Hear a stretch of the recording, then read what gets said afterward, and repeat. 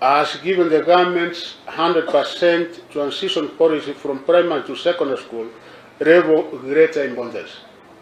We are all aware that any candidate who could fail to transition to Form 1 will not have an opportunity to repeat a class, as was the case in the past, owing the end of the Kcpe examination. Aware of this, the Minister of Education ensured that all runners who were in Class 8 sat the 2023 examinations, even in cases where they had not been registered. As a result, 205 candidates who had not been registered for the Kcpe examination this year took advantage of the registration waiver which I issued to sit for the examination. They are therefore among those whose results we are releasing today.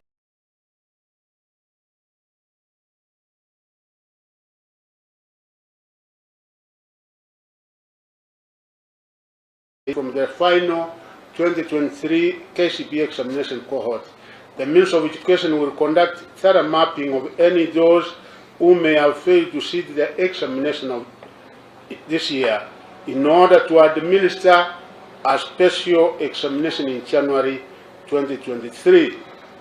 The indicative figure we have at the moment for those who were not able to sit the examination is 9,354 candidates, and we have given the opportunity to sit for an examination in January so that they can also be able to join Form 1. And ladies and gentlemen, we'll all be upstanding as our CS.